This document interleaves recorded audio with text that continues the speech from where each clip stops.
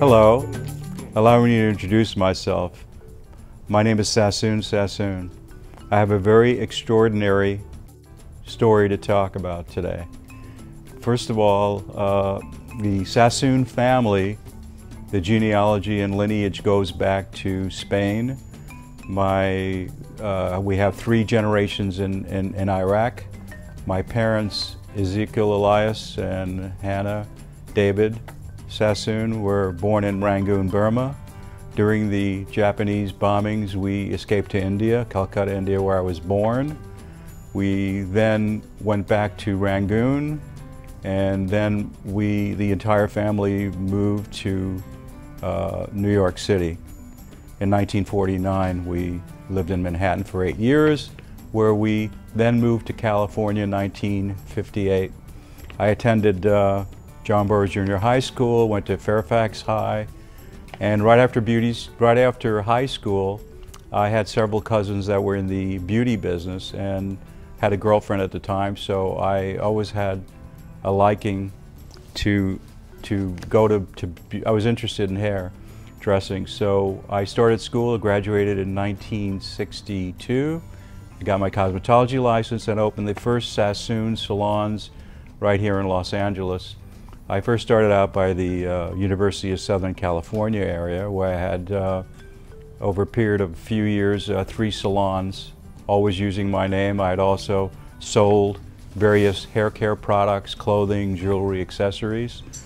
I always had an idea, and I love the Westwood Village area, so in 1969 I found a fantastic location and I opened up another Sassoon's hair salon in Westwood Village. So in 1969 I found an excellent location. I always liked the Westwood Village area, so I opened up another Sassoon's hair salon in Westwood Village.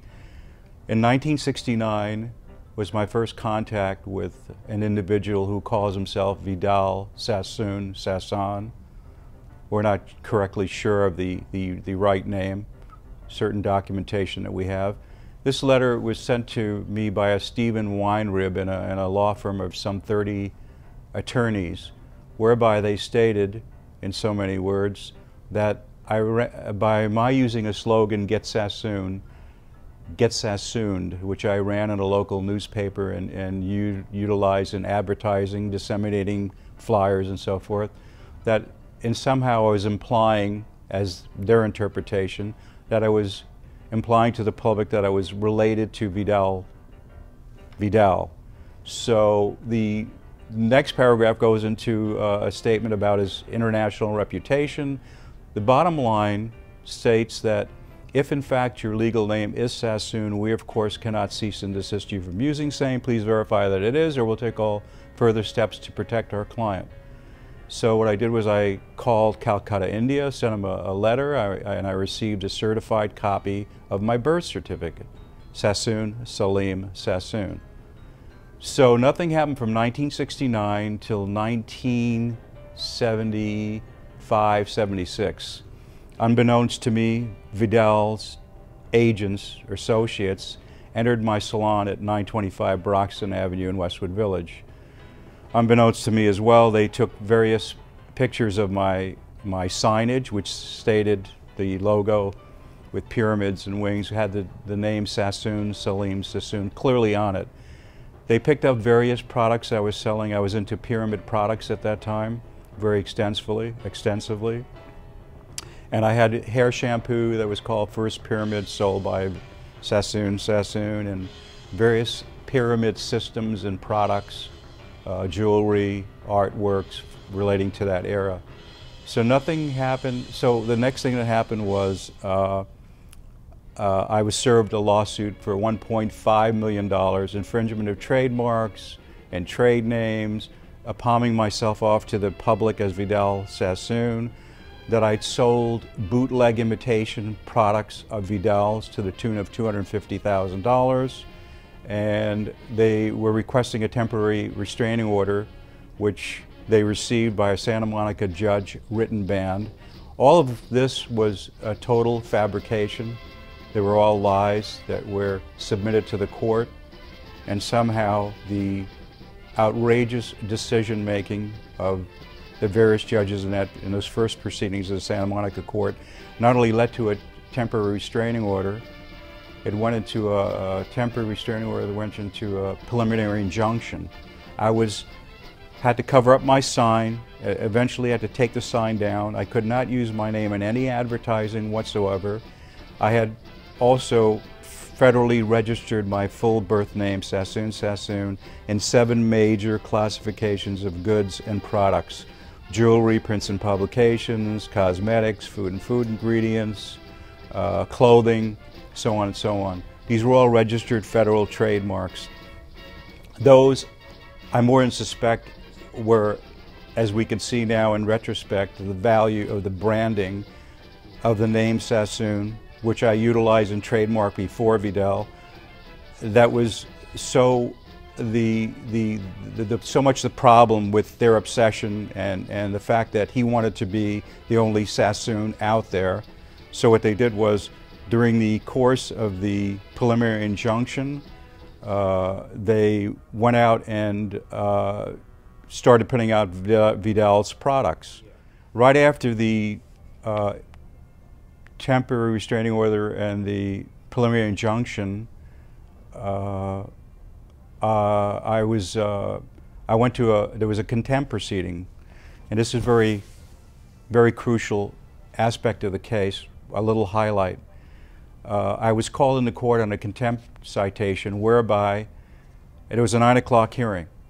My attorneys told me to get there at 8:15. Why? Because they didn't want anybody in the courtroom except a court recorder and the particular attorneys that were involved in the case, my representation and AKA Vidal's attorneys. And the judge said to me in so many words, "It's a nice white suit you're wearing, too bad you're going to jail."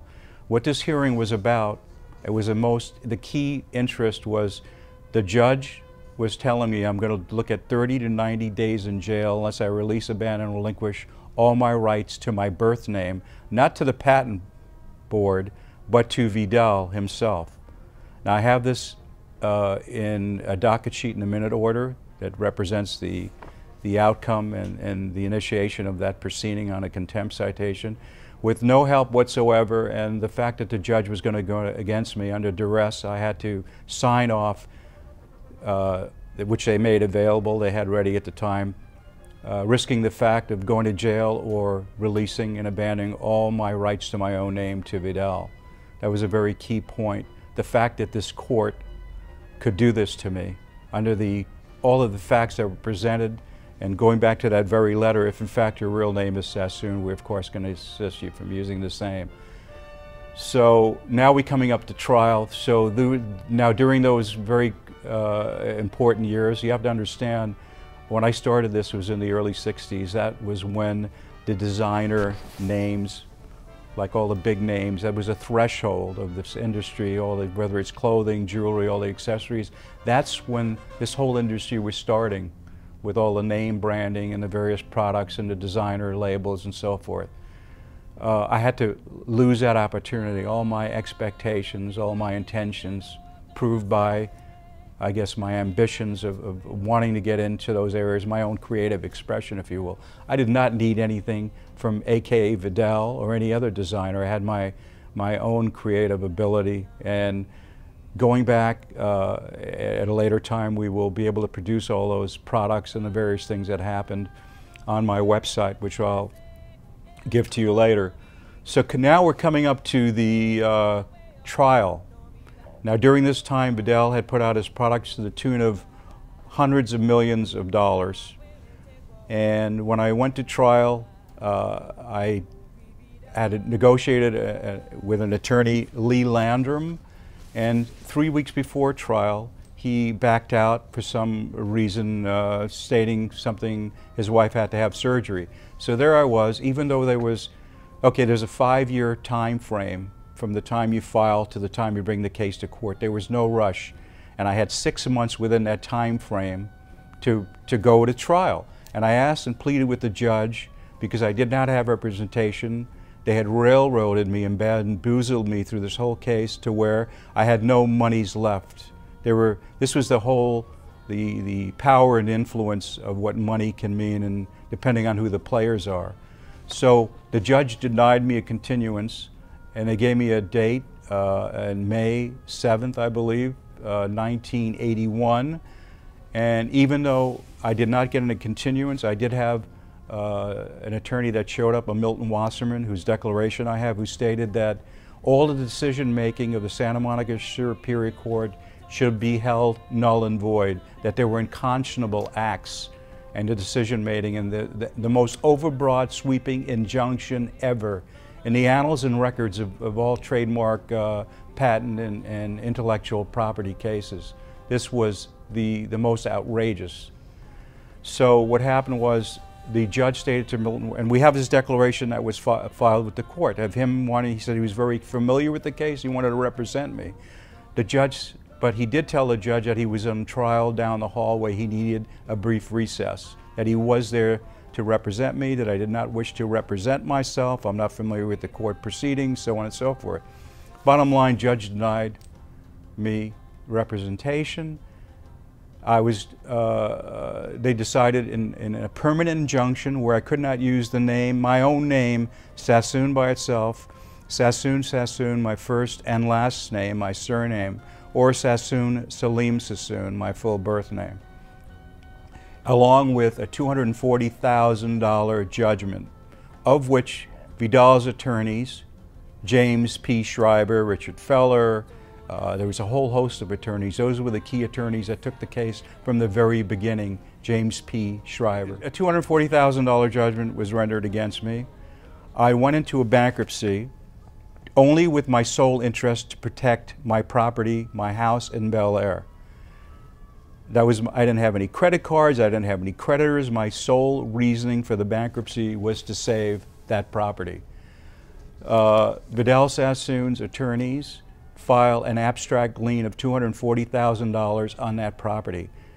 Even though there was over $300,000 in equity, by the first and second mortgage holders, I owed about $160,000 and about $190,000. There was still well over a substantial amount of money. Had that property not been encumbered by the judgment in lieu of the judgment of $240,000 that was placed, I would have had enough money to certainly keep the house, go ahead and hire the attorneys I needed to have at that particular juncture of the case. But by it being encumbered, the $240,000, it was impossible for me to do so. So the very next thing Vidal's attorneys do is they come into court, federal bankruptcy court, and they ask for a judge for a 30-day time frame whereby they would determine the equity and value of the property, my home in Bel Air. Can you imagine having to go through all this and at that time be there when Vidal Sassoon's appraisers come into the property? And here's what they did. That house was worth $350,000, $400,000 by all of the appraisers and the values of the true values of the properties in that area. What they did, now here, let me go back a second. The court hearing with the 30 days injunction against any foreclosure sales requested by Vidal Sassoon's attorneys stated that there was two things stipulated. I allow Vidal's appraisers on the property and to determine the equity and value in lieu of the judgment, and that I allow his appraisers on the property, and that Vidal Sassoon would post a bond because of the interest of the first and second mortgage holders that were saying, well, you guys have all the money, what are we supposed to do about the monies owed by Sassoon to the mortgage company? So here's what they did. I allowed them on the property, they devalued, deflated the value of the property, and by not posting, yeah, they underappraised it. By not posting a bond on the property, the next thing I find out was by not posting a bond, they used that mechanism by going against the court order, and the next thing I know, the property was sold from right under me to a man named William Little. Now, there's a whole history I won't go into, but he was even on 20/20 and even in the newspapers associated with taking property from people and selling it and flipping it and so on and so forth. So the next thing I know, sometime in July, I went home to my family property. The notices were posted. My name was on it. My parents' names were on it. They were initially helped me with the initial down payment, so their names was on the title. So when I go home on a Friday evening, there's a notice is posted. There was an eviction notice. The doors were padlocked. Everything in my home was taken. All of my artwork, the big screen TVs, all of my jewelry, all of my clothing. There was nothing I could do about it. With the property changed title to a William Little, I then received $8,000 decision in his part because of late mortgage fees and so forth, and noticing me that all of my furniture, all my belongings would be auctioned unless I paid him. I had no money at the time, so I lost everything. Now we proceed. I go on into past the federal, we filed, in 1992, we filed a lawsuit against Procter & Gamble, Vidal Sassoon. They're also involved, Richardson Vicks. I want to back up for 1 second. And going back to 1983, it was the early 80s, when I first heard that Richardson Vicks was acquiring Vidal Sassoon, certainly the name and the products and so forth. I have a letter that was submitted, a telegram that I submitted to Richardson Vicks, stating that I'm the real Sassoon, that I had all the original trademarks, notifying about the case, the standing of the case. Never even heard from them. So now we go back up to this new case that's filed against Procter & Gamble. We used a common law form, and things went well for a year. It was all about conversion and fraud, exploiting the name, obstruction of justice. The list goes on and on. There's a litany of charges. So what happened was there was, not to my true understanding, some area, a very gray area that wasn't the real meat, the actual gist of the most pertinent situation of the points in case as far as our counterclaim. But it went to an area of diversity citizenship, and because of that, the case was dismissed without prejudice. During all these years since 1993, I sporadically went to different attorneys. This seems like it's such a huge case because of the players involved. These companies do over $200 billion a year. That's notwithstanding the truth and the facts of this matter, and why I want to go back into court and get the damages and the wasting of 36 years of my life that was taken over by all of these proceedings, and the total dismantling and destruction of myself and my family, all the monies we put into this case. So the case is, there's nothing pending at this particular time. So I'm, in behalf of this interview, I am asking for any assistance as far as whether you're the sleuths on the websites or whether you're various attorneys that might have an interest in helping me. You can go to the website called Sassoon Gate. That's SASSOONGATE. You can look at the various documents. We are going to add additional links where you'll be able to blog and email. By the way, we do have another website, Sassoon-Sassoon. That's for all the .com. That's for all the emails. And basically, what I'm becoming a part of now, in the last 10 years, we've seen what's happened with the banking system, with the mortgages, all the predatory institutions that have led to all these innocent people being victims of these loans, and the very court system itself, which has broken down.